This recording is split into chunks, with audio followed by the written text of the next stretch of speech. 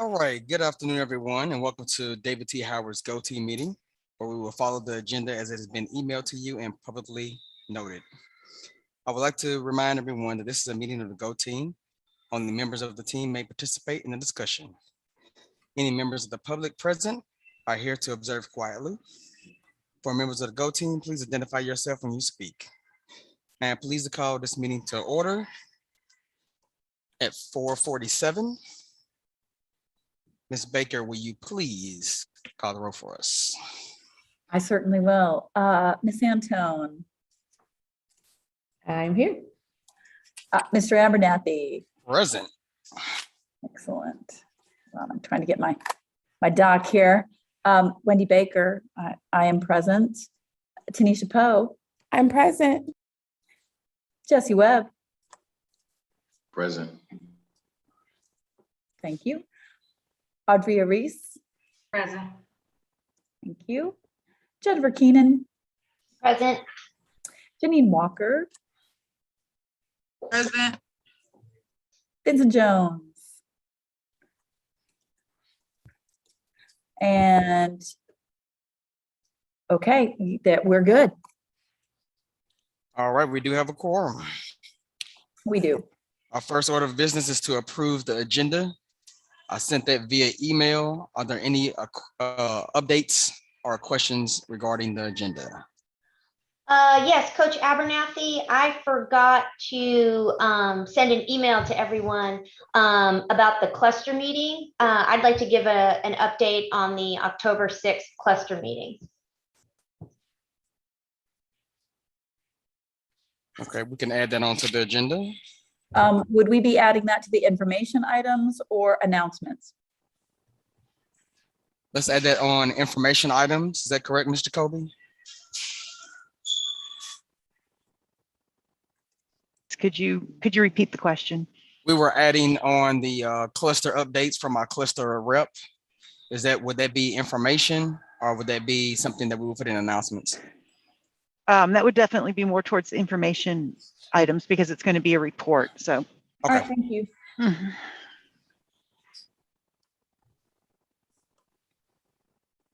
All right, are there any more updates to the agenda for today?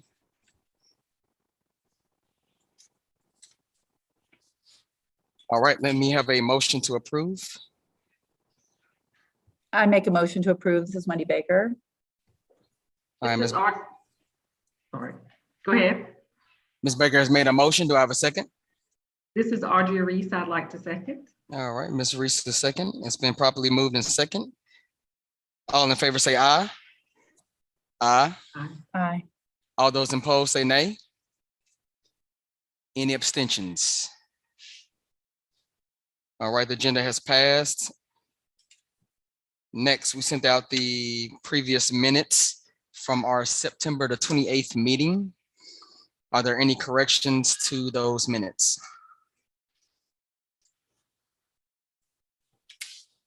If there are no corrections, can I have a motion to approve?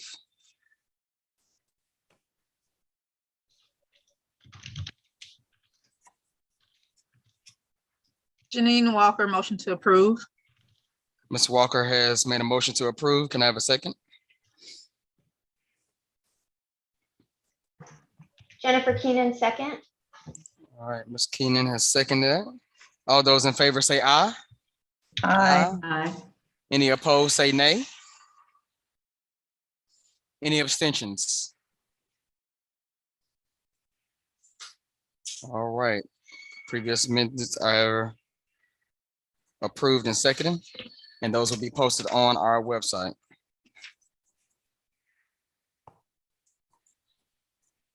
So our action item for today is to add the additional community member. Ms. Antone has sent out a informational. I didn't know if we wanted to read that or review that or how y'all wanted to do that.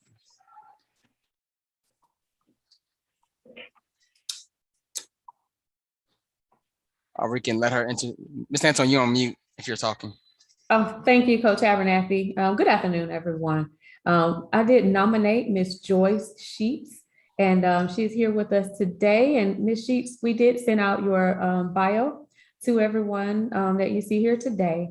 And could she just tell us briefly a little bit about herself? Hi, everybody. Thank you. Well, I'm a native Atlantan and was born in Atlanta, not at Grady though.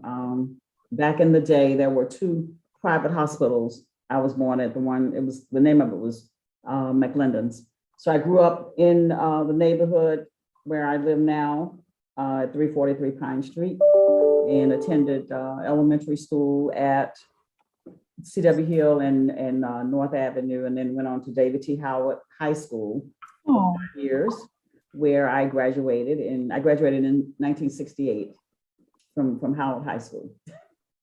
And then went to Clark College, was a biology major, but wanted to actually do nursing. They did not have a nursing program there. So I transferred to Georgia State and ended up getting a BS degree in nursing from Georgia State University, and worked a while for about 3 or 4 years. And then I went to the University of North Carolina at Chapel Hill to get a master's in public health, and have worked mainly in public health and as a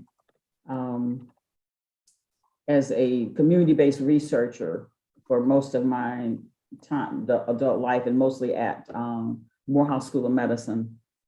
And I retired. I worked with different grants, mainly looking at areas where there were a lot of health disparities, in certain groups, particularly in African Americans. And I did a lot of work in the cancer area. And then most recently, I worked on a 5-year, it's called an R1, that's the funding mechanism through the NIH to encourage community African Americans to go in to get screened for colorectal cancer.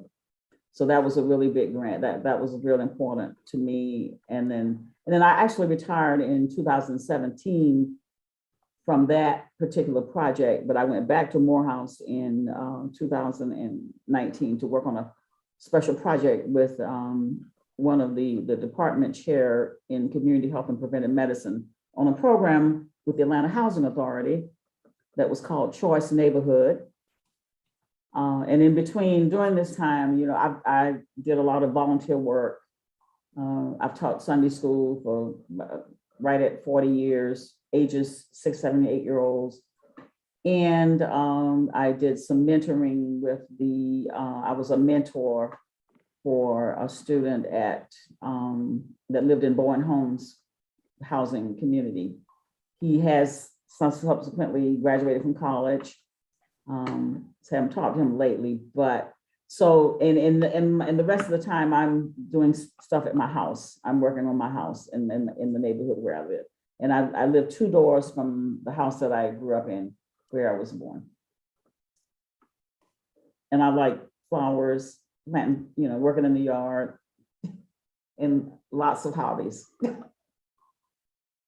And of course, working with kids.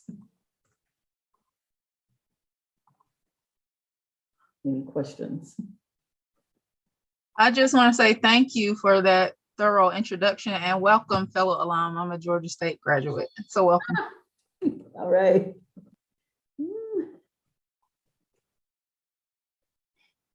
All right. Any other questions for Ms. Sheets? And we're definitely welcome Ms. Sheets. Thank you. Any other questions? Hi, Joyce. I'm Jennifer Keenan. Welcome to our meeting. Thank you so much for all of the service that you've done over the years. That was very inspirational and impressive.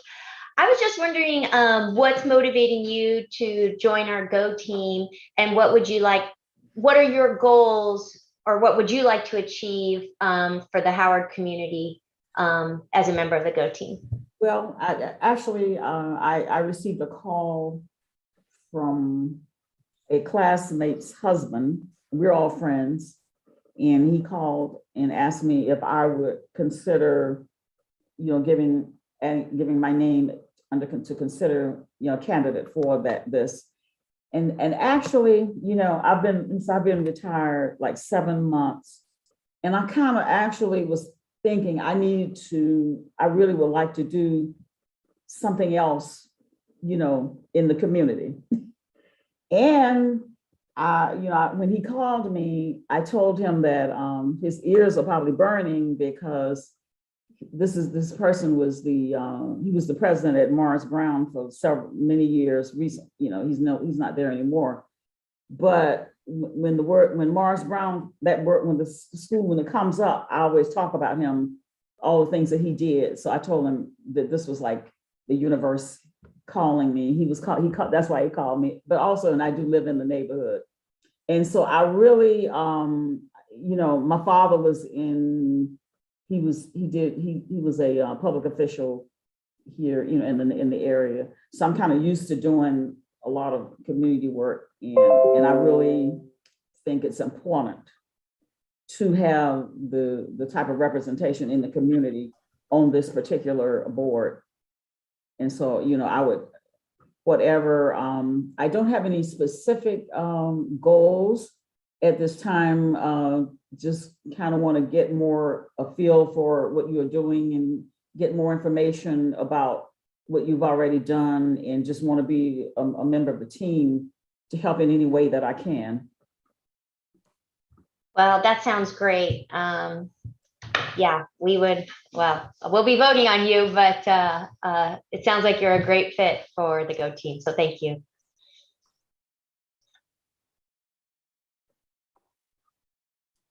All right, can I have a motion to have Ms. Sheets occupy our community seat on the Go team?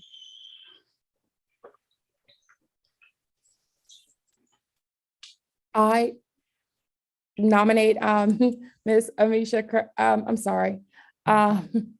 Geez, I just lost it. Ms. Sheets, somebody was saying another teacher's name over to the side walking in. It threw me all the way off. I am so sorry. I nominate Ms. Joyce Sheets to sit on our seat for the Go team.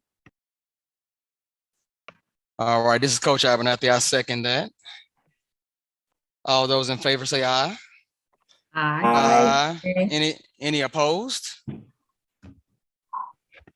Any abstentions? All right, welcome, Ms. Sheets. We're very, very lucky and glad to have you on. Thank you. All right, that completes our action items. So next we are up for our discussions.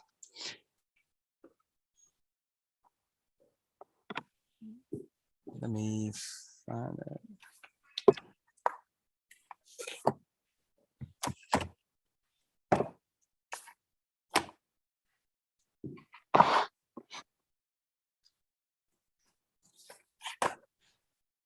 All right, so today we're diving into the strategic plan, and we've kind of broken our discussion items down within the strategic plan. So the first thing that we're going to dive into is the vision. The vision within the strategic plan. So thank you, Coach Abernathy. I know I want to say it was October 5th, where the Go team met. I think it was 7 to 9 o'clock that night. And we all met, and the district they presented the school strategic plan workbook and template. And so we started some conversations. Then we looked at the mission that we had in place, and we discussed the vision. But we talked about really looking at the vision and the mission for today and SMART goals. And so what I want to do, I'm going to drop the actual workbook into the chat. And then that way, if we can get someone let's see, if someone could type into that document as we discussed, let's see. I'm going to drop it into the chat. I did send out a document that had all of these just links to different information in it. And this is included as well, but I'll drop this into the chat now. because this is basically where we would be plugging in our information. And then just a recap in terms of just some of the things we talked about, just to refresh your memory.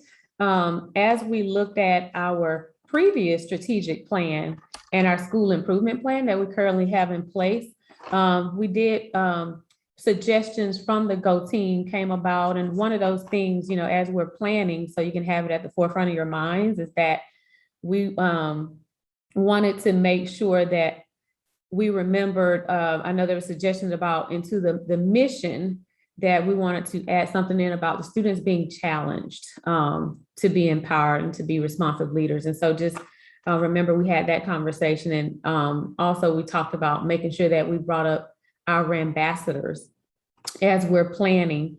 We also, talked about making sure that we include or mention our gifted students and challenging our gifted learners, and making sure that we talk about how we can increase advanced courses at our school.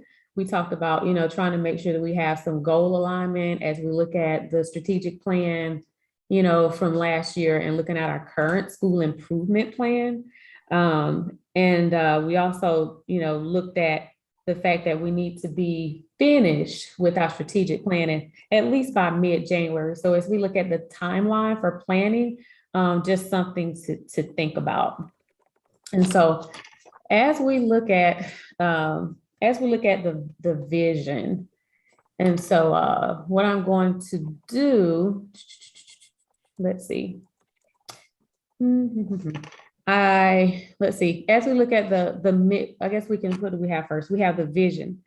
So that last slide on the template that you have has some vision statements on there. And if I need to share my screen, let me know. That would be awesome, because I'm trying to take notes on the minutes screen, and Ms. Jacoby, maybe you can correct me here, but I'm not sure I can bounce between the Zoom and that other thing and the minutes. So do you have any advice for me? Because I'm feeling like I need to be an octopus right now.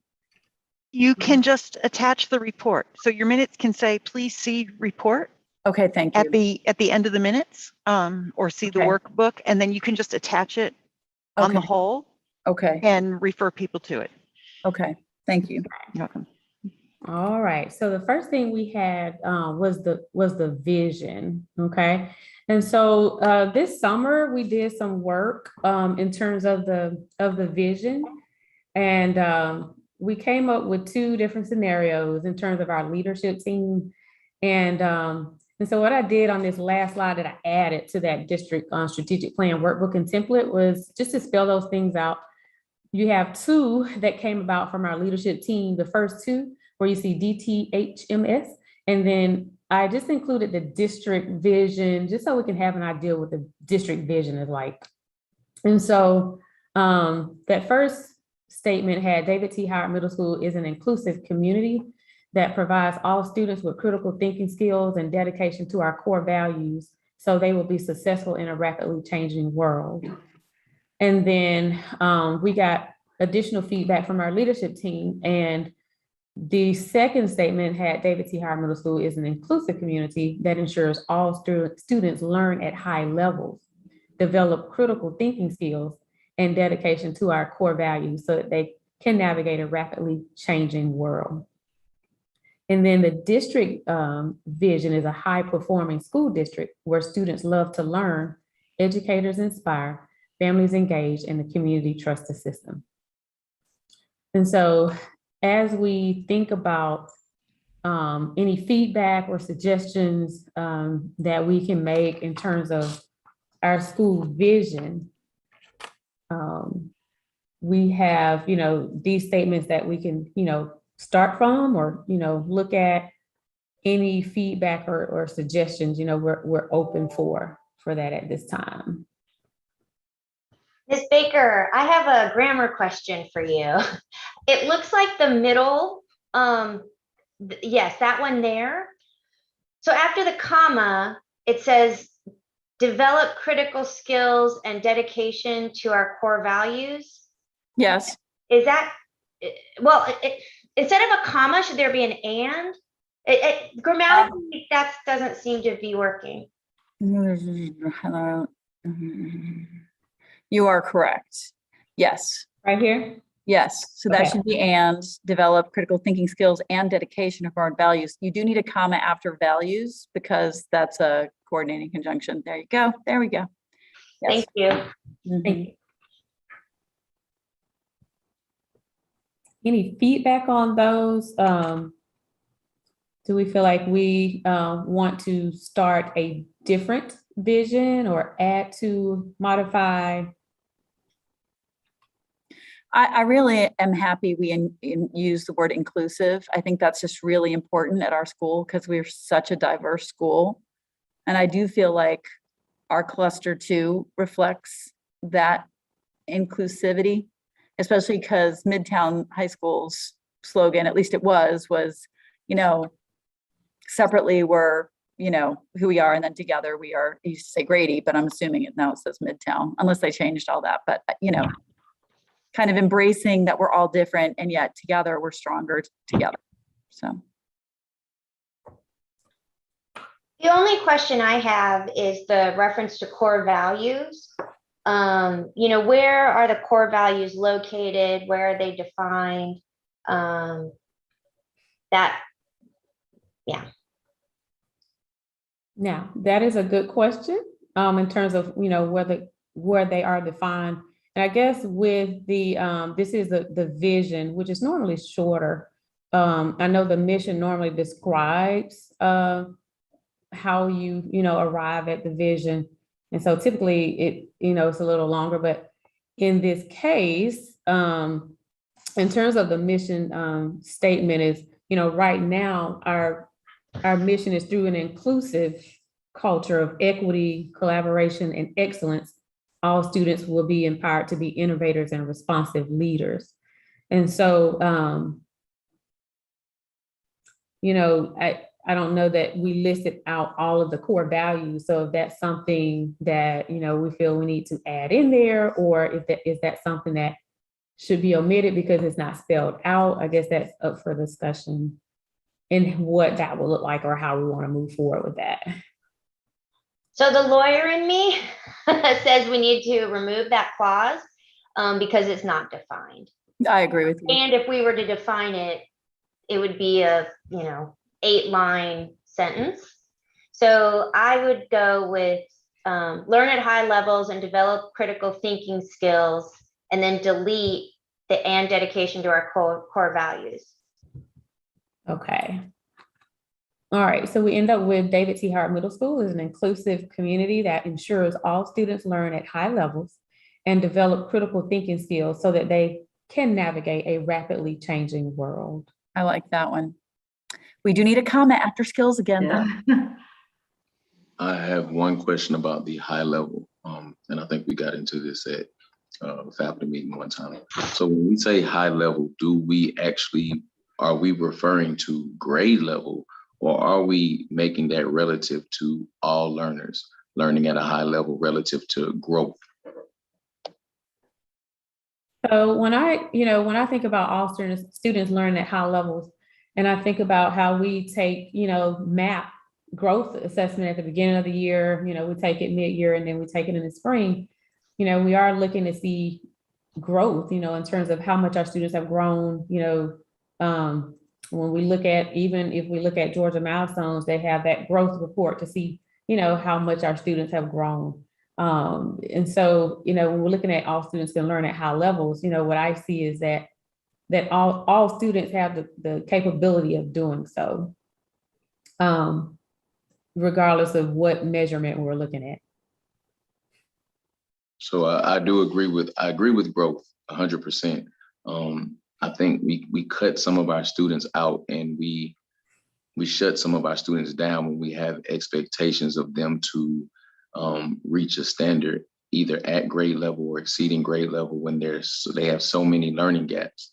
But they can have extreme growth in 1 year, and they can actually fulfill this vision. But I think when we say, okay, this is the vision, and then we refer to learning at a high level as grade level for some of our students, that's a little far-fetched.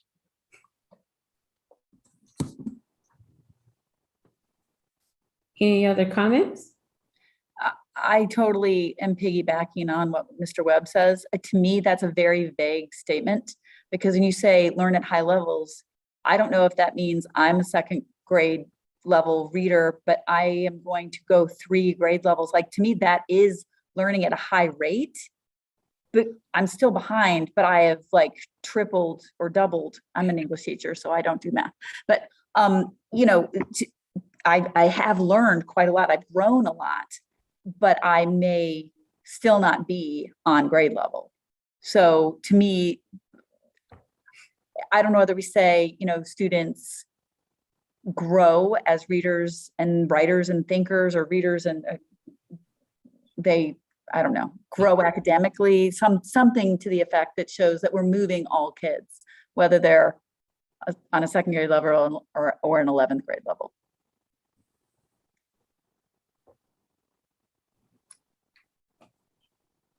Yeah, I like the focus on growth. I guess what came to my mind, but this might be too vague, is ensure all students reach their potential or something like that. Because if we have a 8th grade student that's learning, you know, reading at a 10th grade level, well, we hope by the end of 10th or by the end of 8th grade that they're then reading at an 11th grade level. And then to Ms. Baker's point, you know, if there's someone that's reading at a 2nd grade level when they get into 8th grade and they go up to a 5th grade level, that's a huge achievement. So I don't know if it's best to say ensure all students achieve their potential, reach their potential, or I can't, what did you say, Ms. Baker? We could say grow academically. Yeah, that's where I'm at. Like, Yeah, I mean, in my classroom, I talk about growing as readers and writers. So I'm very comfortable with that because I do want to see their writing mature and their reading ability increase, but that doesn't cover everybody's classrooms. So if we just say, you know, grow academically or something. So What about piggybacking off what Ms. Keenan said? What about reaching their individual potential? So we said David C. Howard Middle School is an inclusive community that ensures that all schools reach, all students reach their, what did we say, potential? What was that? Could you reword that again? My only thing is, I only asked to add the word individual since Ms. Keenan said it is a little vague, but I think we want to encompass, like Mr. Webb said, all the kids. right. Students with their individual potential And develop critical thinking skills. and develop critical thinking skills. I still feel like it needs to say something about academics though. Like, Reach their individual academic. that's good. It's still wordy, but I mean, that's better.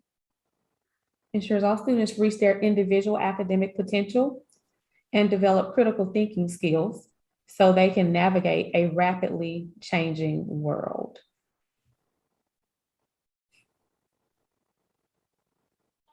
Guys, the reason why I suggested that is because I feel like the vision is something that all staff personnel should be able to, if we're meeting with an individual student, we should be able to go back to the vision.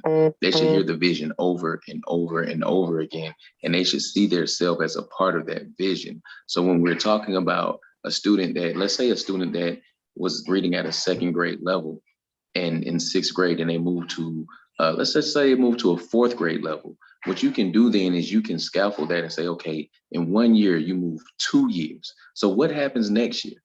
If you keep working this way, you can catch up and surpass by the time you leave middle school. It gives them, it fosters hope. Yeah. For our students that struggle, it really fosters hope.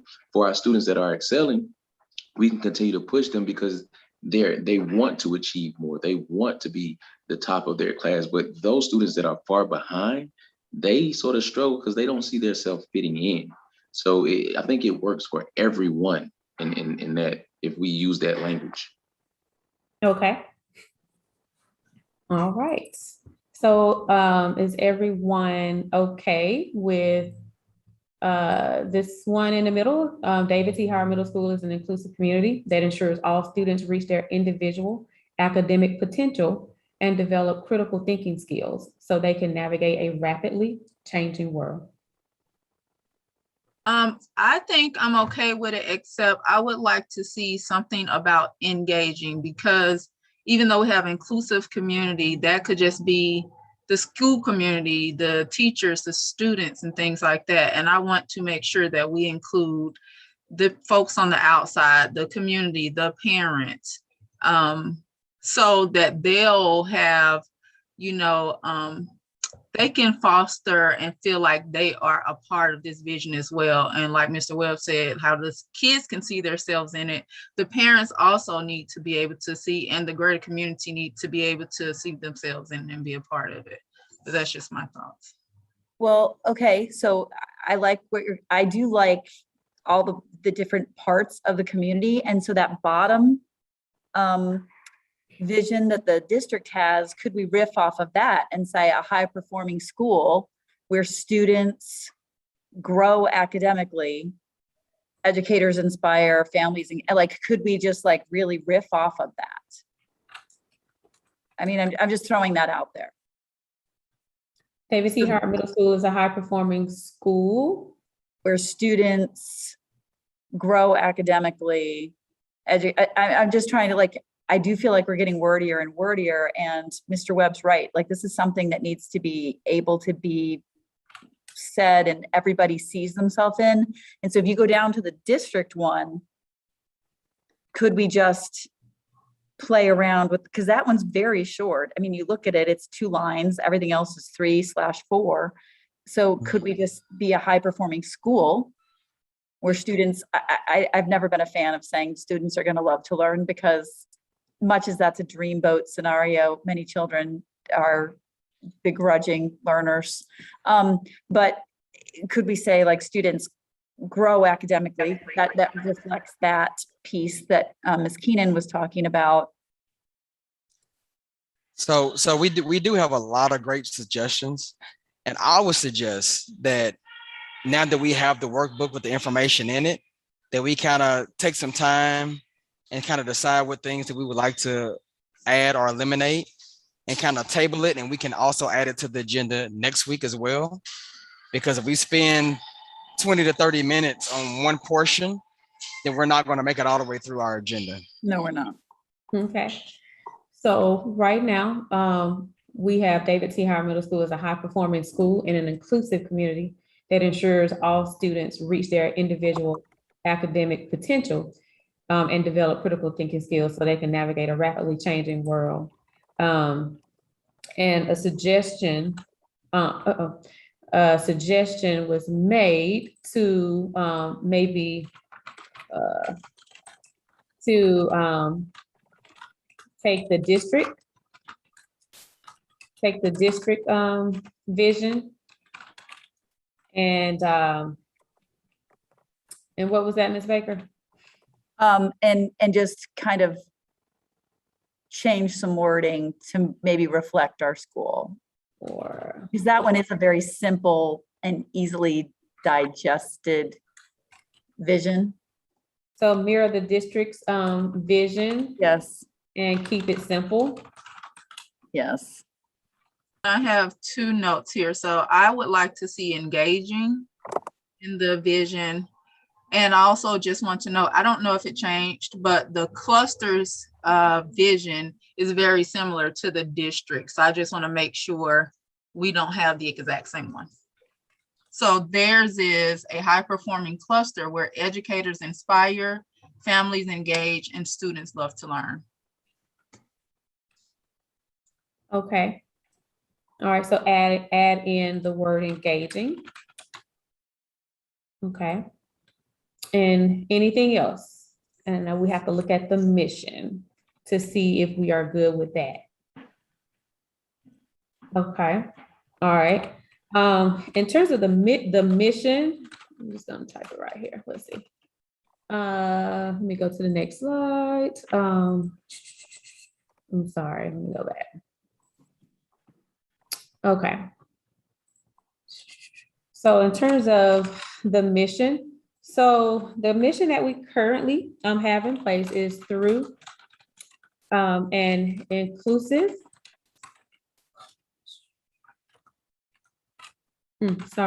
culture of equity, collaboration, and excellence. All students will be empowered to be innovators and responsive leaders. So that is our current mission. Through an inclusive culture of equity, collaboration, and excellence, all students will be empowered to be innovators and responsive leaders. And I know during our last session, there was a suggestion to add in about, challenging students to be empowered. Feedback in terms of our mission. Are we good with the mission that we currently have in place? Do we have any suggestions for any changes?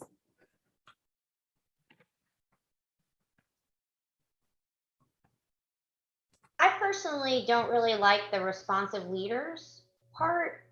I think some students can be great followers and team players and contribute to the whole without being a leader.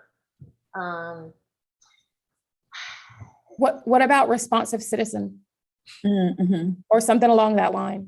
I like that much better. Yeah, that's good.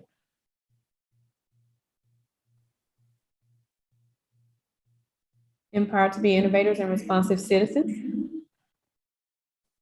Okay. Anything else?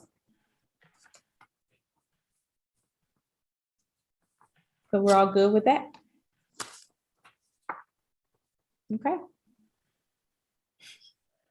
All right, okay. All right, so let's see. So as we look at, and I know we said we will table the vision and come back to it. And so as we look at the mission, then is this something, are we ready to plug this in terms of our mission? Are we good with that? Uh-oh, hang on. Let's see.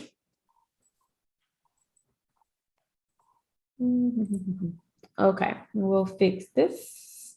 All right, so this is the mission statement that we are going with right now. And we'll look at our vision when we meet again, and we'll fix this to make sure it's right. All right, and so also we talked about looking at our SMART goals. And when we met August 5th, one of the suggestions was, as we looked at our previous strategic plan, and we looked at our school improvement plan that we currently have in place. Just looking at those things that we are currently working on, and just trying to make sure we have some alignment there. And so on the document of resources that I sent to you, you should have the school improvement plan. And one of the things on there in terms of goals that we had last year on the strategic plan and this year on the strategic plan was closing the achievement gap between all of our subgroups. And so, as we looked at this with our administrative team, and as we discussed, the last time we met and with this group, are we okay with continuing to add that as one of our SMART goals? It's also one of the equity commitments of APS in terms of making sure that all schools close achievement gaps. Is that something that we all agree to in terms of making it a SMART goal as we look at moving forward the next 5 years?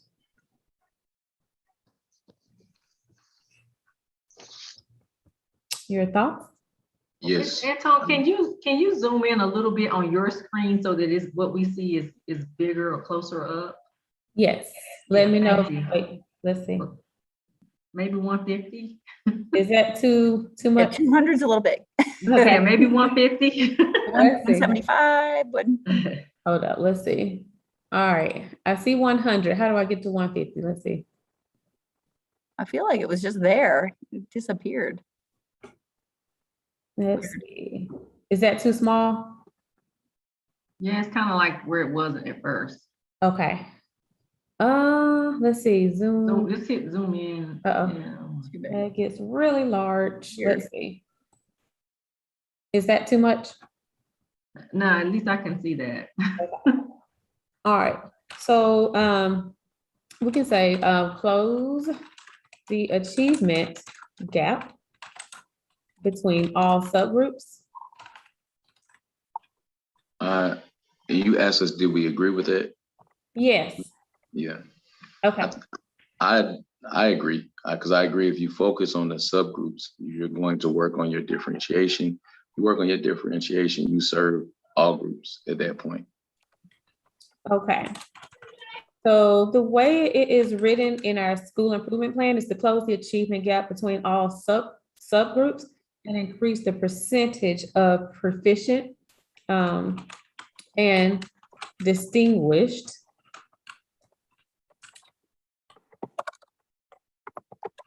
learners in ELA and math.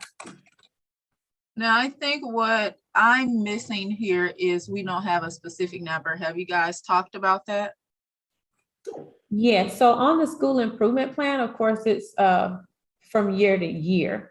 And so this is the strategic plan where we're looking at, 5 years.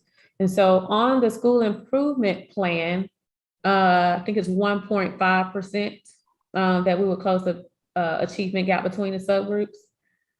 For 5 years, as we look at the strategic plan, how do we want to quantify that? Do we want to say by 5% over the next 5 years? Miss, So with the yearly goals you guys said, are those being met? Miss Anton, That could be I'm a sorry. Oh, go ahead. Can I interject quickly? So one of the things I want to make sure the group is, because I'm sorry, it's Mr. Brown, Associate Superintendent. I just left the staff meeting, so I want to pop in. But when setting the SMART goal for this year, it has been advised that because of the pandemic and because we have been out for over like 14 months and not being in school, that this is the benchmark year. And so based on data that we receive from Georgia Milestones, that would actually set the benchmark for us for the next following year. So next year, we will be able to plug in the number of percent and measure a gauge, because we haven't had a official state test for all of our kids for about a year and a half. Does that make sense? Yes, it does. I'm sorry, Miss Gina, is that how you pronounce it? Yeah. Walker, I just don't have my last name. Okay. No worries. But I think even if milestones the only benchmark you guys use to figure out what those achievements are, I don't think it is. So is there another? No. I know some schools have used current MAP data testing, and they have said, okay, by the end of the year, this is where we are based on our fall assessment. And now we're going to measure where we're going to be at the end of the year. And MAP assessment is actually a good predictor of what kids would do on Georgia Milestones. So you could look at it from that perspective of, hey, this is what our data says for fall. Where do we want to be by the end of the year when the kids take it again, which they'll take it again, they'll take it in January, and then they'll take it in March. So you'll show some growth that has happened this school year using the MAP assessment. So that may be a different way of looking at it as well. So I just want to make sure we're consistent on whatever tool we use to measure that. But when you're doing SMART goals, it's best advised to. You always have a goal. Yes, ma'am. You always have a percent there. And there's not even, it could be that you use the MAP data to do that here, because we can already pull what kids have scored on MAP assessment in the fall, and we can say by spring this. So we have time to work on this and to massage it. I think that, and we can set the parameters, and then actually before we even turn it in, set those goals there. I agree with those percentage points. So I'm gonna stop talking. I didn't mean to interrupt you all. Go team meeting. No, that was really helpful. Thank you. Okay. All right. Are we good with that? Close the achievement gap between all subgroups and increase the percentage of proficient and distinguished learners in ELA and math. Okay. Any questions there? Any comments before we move forward? Okay. Another goal Well, something that we talked about in the last strategic planning meeting that was brought up, that we wanted to make sure that we make mention of our students who are achieving, like our gifted students, our advanced learners. And so one of the SMART goals could be that we increase the number of advanced course offerings for gifted students and increase the number of something we had on our goals for last year of historically disadvantaged students enrolled in rigorous coursework. So what are your thoughts on that as we had discussions in the last meeting and as we look at our previous strategic plan?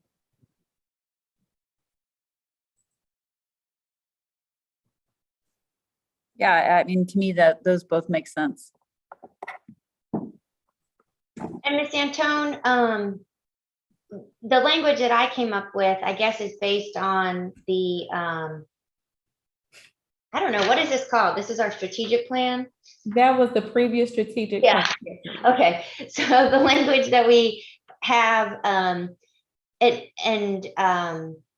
can send this by email, so you don't have to type it or whatever, but it's increase access to more rigorous coursework for historically disadvantaged student populations. That's the current language. Okay. And I think that we could just add and gifted populations. Okay. Ms. Baker, does that achieve it?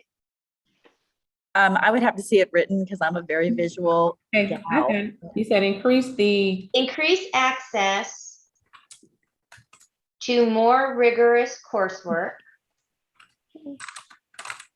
Okay. For historically disadvantaged student populations and gifted student populations. Okay.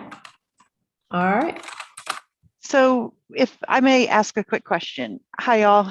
As I'm looking at this, did you guys do, when you joined us for the strategic planning workshops, did you all work on what slide number 3 is, where you reviewed your previous strategic plan? That one, did you do that reflection activity during that night?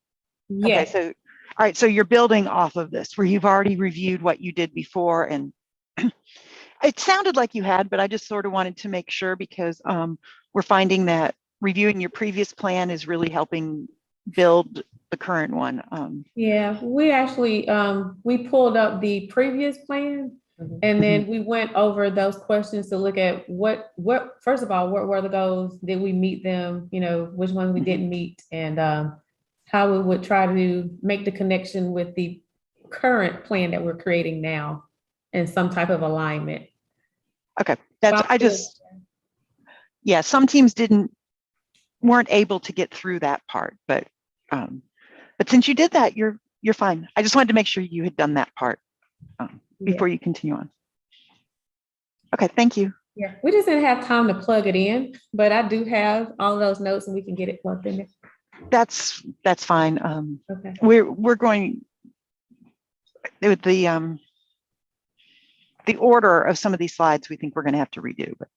Okay. All right. And I know our time is precious here. So one of the other ones, and then, you know, I know I'm spitting these out here, but you all please feel free to suggest any goals.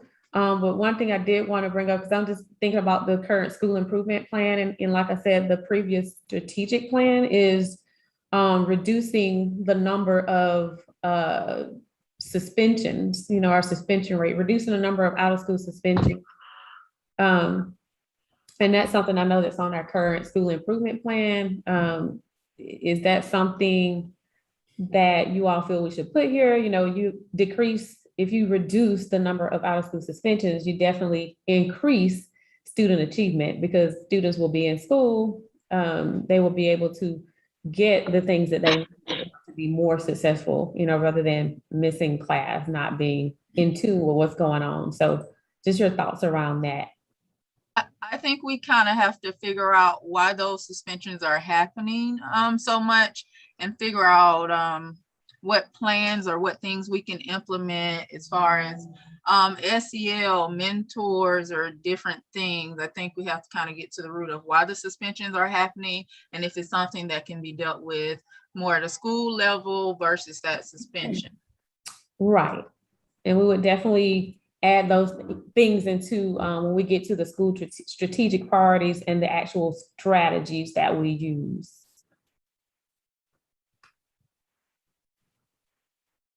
So I agree with reducing the out of school suspensions. And then, you know, of course, the real support comes when we hash it out and look at the strategies and the way we go about doing it. Okay.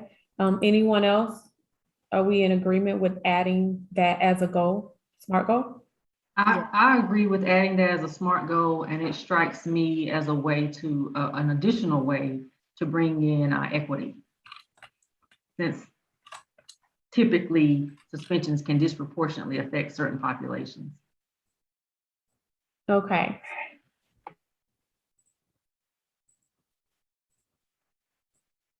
All right, reduce the number of out of school suspensions.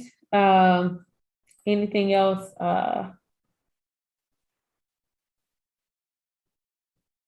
Any other goal anyone else would like to suggest, would like to see added? I think there has to be something, because when I look at the data, and I hope I'm not violating any rules. So I know there's someone from the Go Team office here, but possibly looking at students with disability and putting a goal in for students with disability. Okay. I don't know. I'm just throwing it out to the group because I'm, you know. Let's see. Now let me ask you this. Would students with disabilities be considered as one of the subgroups? Yes. Yeah, that's what I was thinking. I was thinking it would go into that first goal because we have between all subgroups. Miss Antone, is this where something about the ambassadors would go, or would that be in another section? And, you know, something like, I don't know, providing students, you know, opportunities to shape school policy or something like that. Basically trying to encapsulate what the ambassadors do. Because I think that's, you know, that's been a great program. Yeah. And I'd love to see, you know, make sure that if that's part of our vision, we have that component at our school moving forward. Let's see, how do we, yes, I definitely like the ambassadors, and it is at every grade level. So just let me know how we want to craft that, or would that be like foster student voice in, trying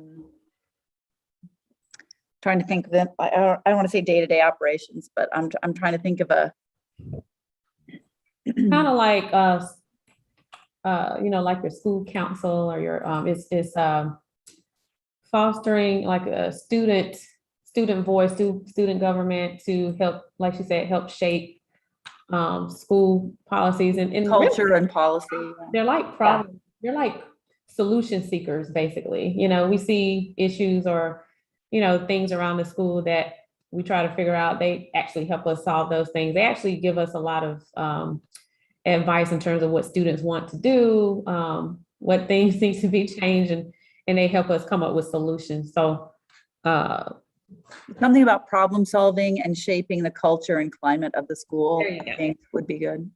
All right, how did we start off? It was foster student voice in shaping the climate and culture of the school.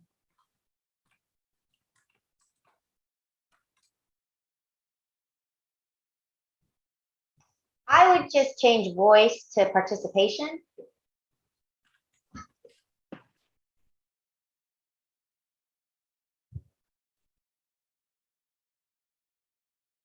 foster student participation in shaping the culture and climate of the school. Okay. Sounds good to me. All right. And so with it being a SMART goal, Ms. Antone, yes. I know this is small, but can we say learning community instead of school? Of the To learning. Yeah, just to foster their part. Like, I guess when we talk in Rambassadors, when we talk in a Ram and Ram food, when we talk and lift every voice, we sort of echo community, so they feel more of a part than just traditional school where it's from top down. Okay. So do we have to get that technical, Mr. Covey, in terms of, I know with SMART goals, normally they're measurable, because we definitely want to make sure with all of our goals, we can measure, right? So a couple of things. One, don't sweat the don't sweat the language and necessarily the actual measurements, like as to how you're going to measure the SMART goals. That's something that Travis and our team can help you with. Okay. Secondly, you don't need any specific SMART goals in the strategic plan. So you can add it if that's a goal that you want to have in there, but you don't need that. The recommendation from Travis, who's our strategy guy, is to have a minimum of 3 kind of from the school improvement plan, those goals, and that you can add more if there are other areas of need. And the other thing to remember with these SMART goals, you can have these SMART goals so that they're worded to look at them at an annual basis, but your strategic plan is different from your school improvement plan in that your school improvement plan is a 1-year plan, right? So you want to look at everything for 1 year. Your strategic plan is supposed to be kind of that bigger picture of like 3 to 5 years. So your SMART goals can either cover a single year or they can cover the whole span of the plan. If you look kind of at the way the draft of the goals that the board has on their strategic plan, it's a certain amount of growth every year, right, over the course of the plan. Okay. So I would tell you right now, don't capture the essence of what you want. Like this is a goal for us to increase this. And same thing when you start getting to the priorities, capture the big picture of it. And then Travis and our team can help you get it to where it's strategic plan ready, right? We don't want you sweating the small stuff like that. Sounds good to me. And I think the goals that we have here are definitely some things that we would want to look at over the next 3 to 5 years. So, I mean, if everyone can agree. Okay. All right. All right. I think that's it for the vision and the mission, Coach Abernathy. Oh, and the next thing was the timeline for strategic planning. So I know that we have the meeting in December, and then we have the next meeting that's January 25th, and we should be done by mid-January. And so I know we still have the school strategic priorities and the school strategies that we have to spell out. And so how do we want to divide that time? And will January 25th be too late to finish everything? Our recommendation is that you try really hard maybe to have it pretty much wrapped up by winter break. If that's like really impossible, we are recommending a soft date of about January 15th, because the hard date is we want this finished before you get your allocation. Okay. The strategic plans and ranking those priorities have to be done before schools get their allocations, because that then gives you, Ms. Antone, that direction as to how to allocate the funds for that draft budget. You don't want to have allocations and not know where your team feels they need to be placed. Got it. Okay. Okay. And I will say that a lot of teams are doing work sessions, where the advantage of that work session is that it is focused on one topic only. You can do the deep dive.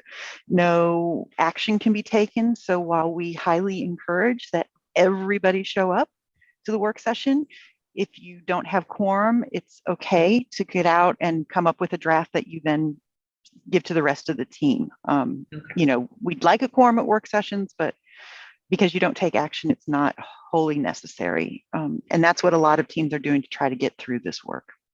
Okay. All right. So suggested timeline, definitely in December. I know we would want to work through to try to get this done. Do we want to schedule a work session at this time, or, look at a tentative date for a work session and then finish up in December? What are you all's thoughts? I think we'll definitely probably need a work session because on our calendar, we don't have a meeting for November. Our next meeting wouldn't be to early December, and that's the last meeting before the break. And then our meeting after that would be after that January 15th date. So I think it would probably be important to do a work session to go ahead and dive into it. And even if we didn't have a quorum, we can then bring that back to the meeting when we hit early December. Any date that works for all?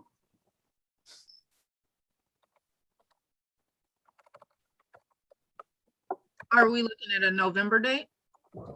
Yes.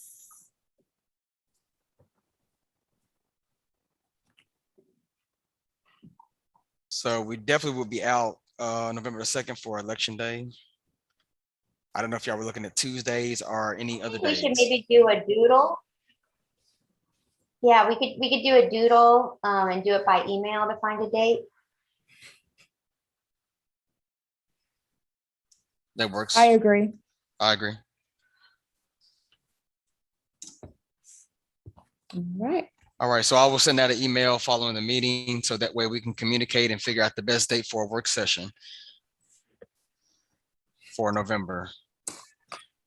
All right, we'll move on through the agenda. Before we move on, Go Coach, ahead, Ms. Walker. Go ahead, Ms. Walker. to verify or clarify about the vision statement. So we're gonna start working back on that in December. No, the vision, we work on the vision during the work session as well. Okay, so folks need to come prepared with their thoughts and ideas for that. Yes, ma'am. Okay, perfect. Any other questions or input before we move on? Next, we have the information items, starting with the principal's report. All right, I will try to make this as quickly as possible. Just new staff members, we have recently hired a new 7th grade special ed ELA teacher, Mr. Earl Grant, as well as a 7th grade special education paraprofessional, Miss Katangela Harmon. And so you probably, some of you may remember Miss Harmon from outside with the safety patrols out there controlling traffic at Irwin and Howell. So she's back. She's actually one of our paraprofessionals now. So we're glad to have her on board, and Mr. Grant. We also had our parent coffee in person. That was live streamed last Friday. Took place October 22nd. Seemed to be pretty successful. We had a lot of questions were presented. We tried to make sure we tackled as many of those questions as we could. Our ambassadors actually escorted our parents to their locations. So we were thankful to have our ambassadors in place.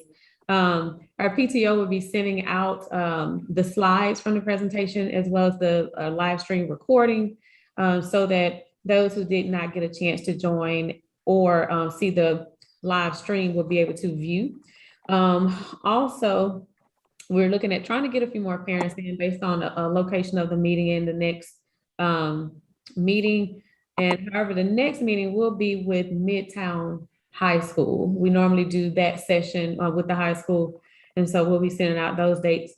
Also, one of the things that came up in that session was parents do want to make sure that if a child is vaccinated, that they still get that communication in terms of exposure, even though they don't have to be on quarantine.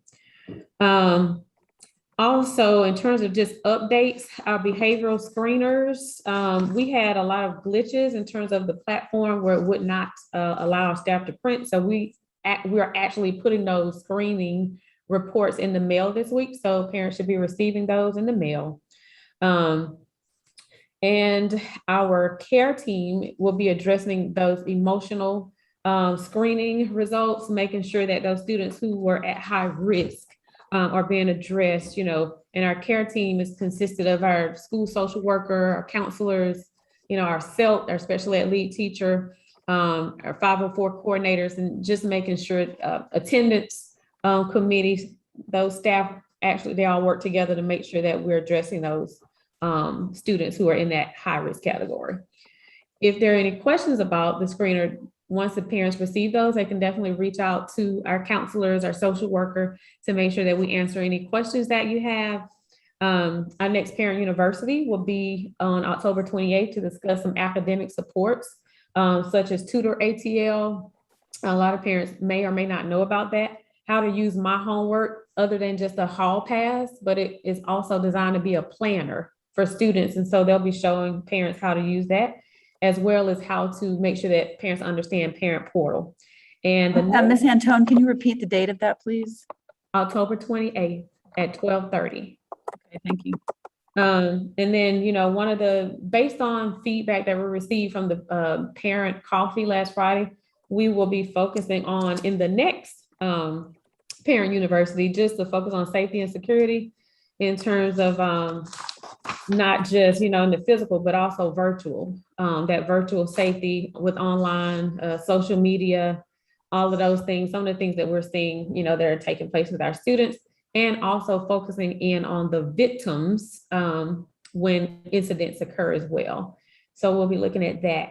And then also out of that, we will be creating a separate remind for parents who need those transportation updates, because a lot of those updates come through and some of the messaging gets lost in that when parents don't need the transportation messages. And so good session, good feedback, and we're being responsive in terms of the things that parents are asking for and that they need. In terms of Saturday school, we are planning. I'm so sorry, because I know you're on a roll, but didn't we also hire an 8th grade teacher?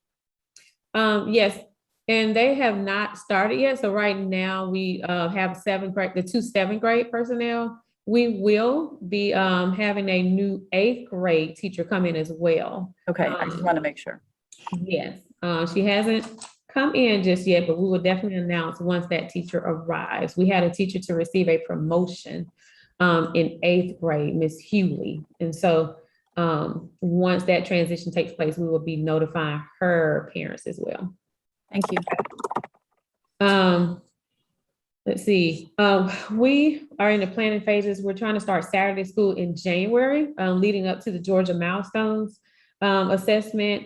And at the beginning of the year, as we were trying to roll that out, I think a lot of staff was just really overwhelmed with trying to get on board with learning all of the new initiatives that we had going, and just trying to really get things going with multiple things going on at once. And so we're looking at January as a start date. Our district benchmarks are November 1st through the 19th. So that's coming up. And on November 2nd, PL Day, or Professional Learning Day, will consist of professional learning for our teachers, as well as parent conferences. And I know Ms. Poe is sending out that link for parents to be able to sign up for those conferences. We are also conducting interviews for our parent liaison. And so just wanted to make sure everyone was aware of that. We do have a part-time position that's been posted for a parent liaison. So we're excited about that. Interviews actually take place tomorrow. And then just as an update, the one-way hallways we talked about in the last session, working with the ambassadors in 8th grade, they basically worked out another plan where they do have two-way hallways right now. In terms of the restrooms, we haven't had any issues in terms of any additional TikTok challenges, with the devious licks.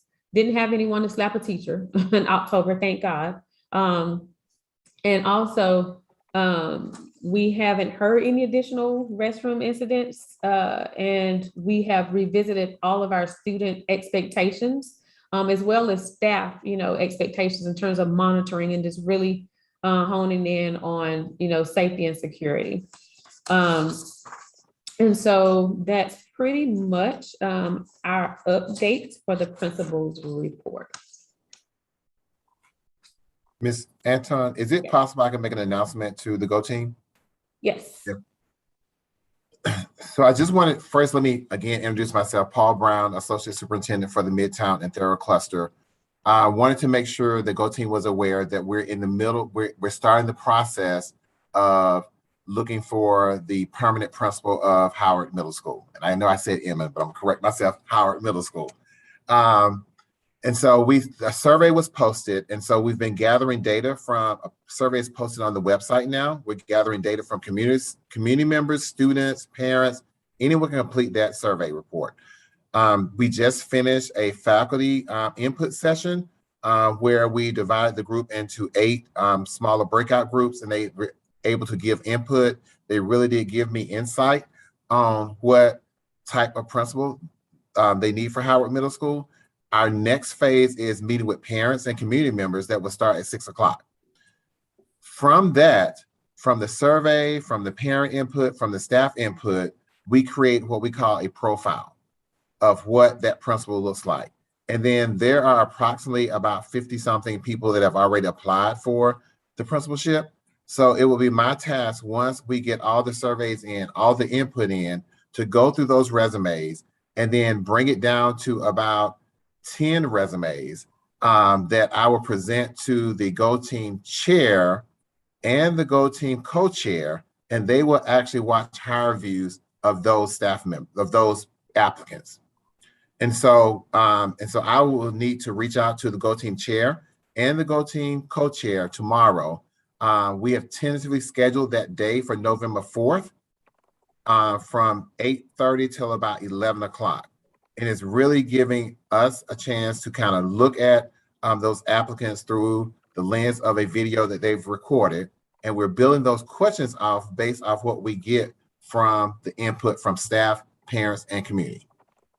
And so they will be sent a link on Thursday that they will have time to give us some feedback to record themselves.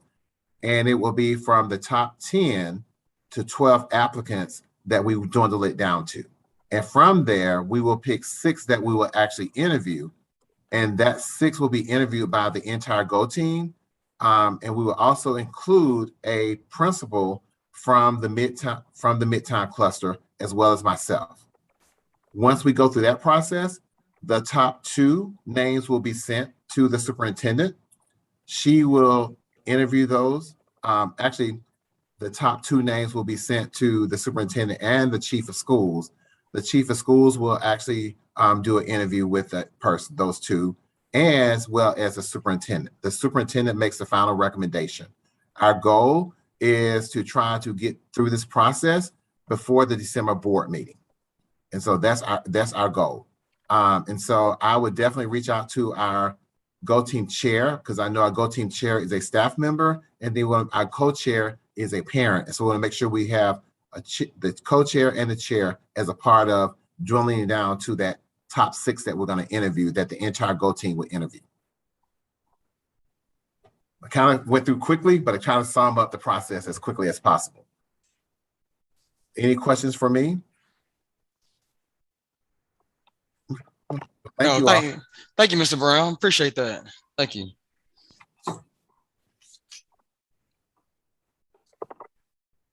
All right, if there's any other questions for Mr. Brown or Ms. Antone before we move forward. Okay, we've added in the report from Ms. Keening as our cluster rep. So I know we're very short on time. I'm going to submit my written notes from the cluster meeting, and Ms. Baker, you can add them to your minutes. So the cluster advisory committee meeting was October 6th, and we discussed primarily 2 issues: the future of the Inman building and the update on the signature program for the cluster. During our cluster meeting, there was discussion of delaying the opening of the 4th, 5th Academy at Inman for a year. The principals universally agreed that there needs more time for planning. And following the meeting, you'll see that APS has delayed the opening.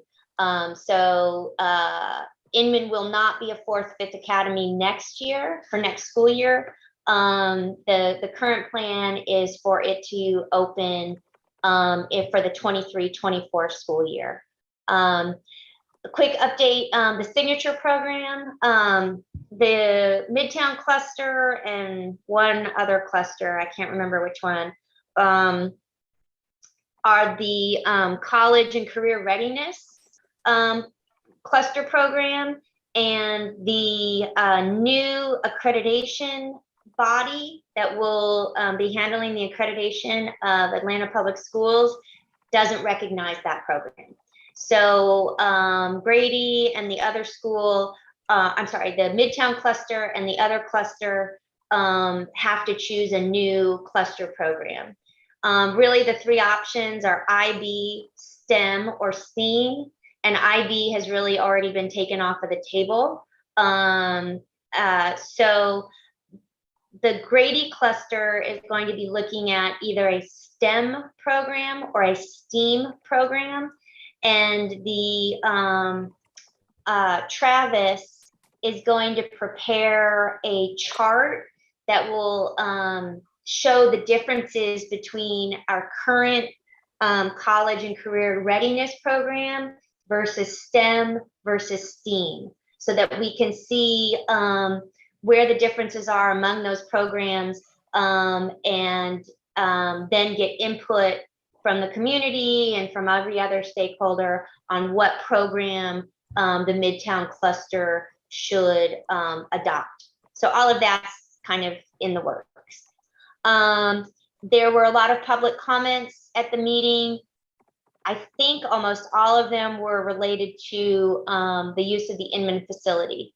So again, I'll submit my notes right after this meeting, and Ms. Baker can put them, add them to her minutes.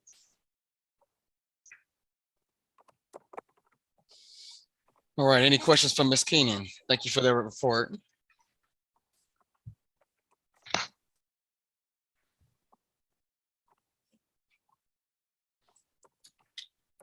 All right, let's move on to announcements. Any announcements for the good of the group?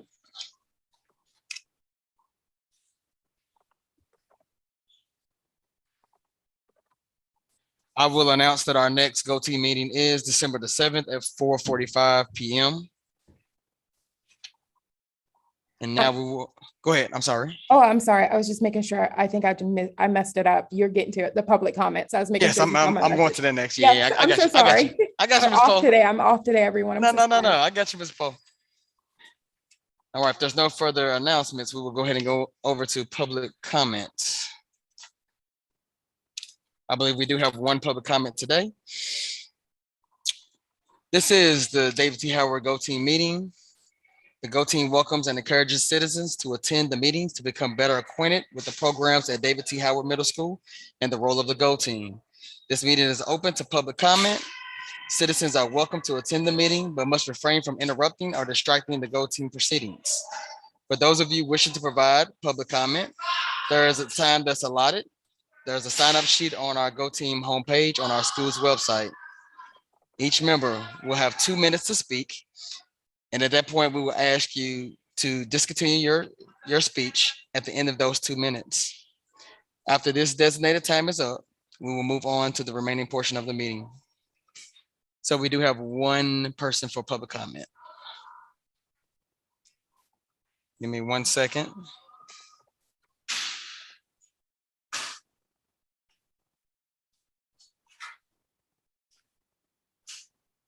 All right. So when you begin to speak, I will start my timer and we will end you at 2 minutes.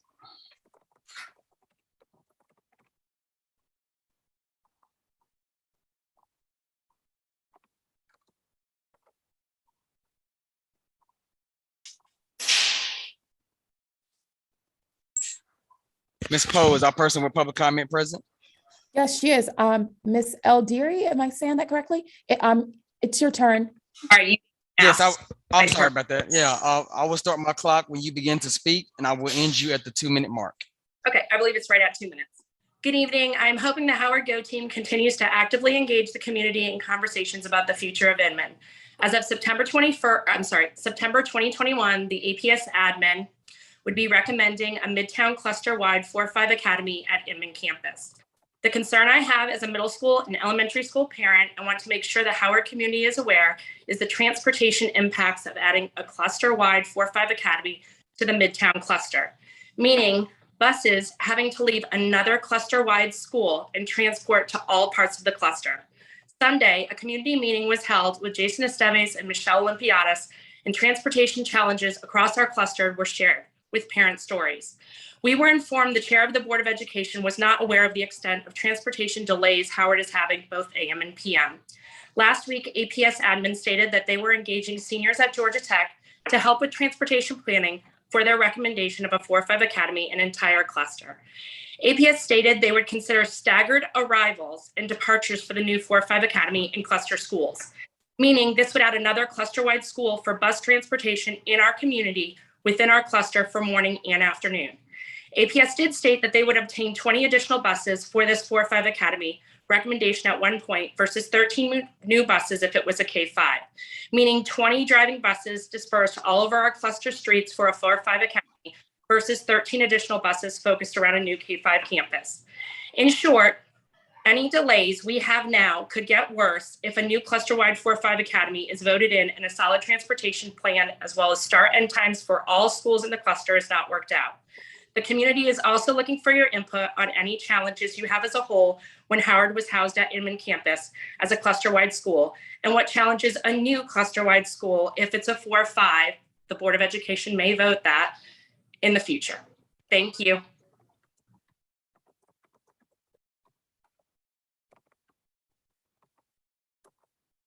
Okay, thank you for that comment.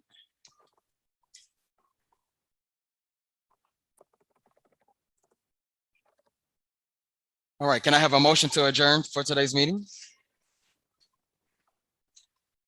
This is Tanisha Poe. I motion to adjourn. Motion by Ms. Poe, anyone second? This is Audrey Reese, I second. Ms. Reese second. All those in favor say aye. Aye. Any opposed? Any abstentions? Everybody have a great evening. Thank you all for being here.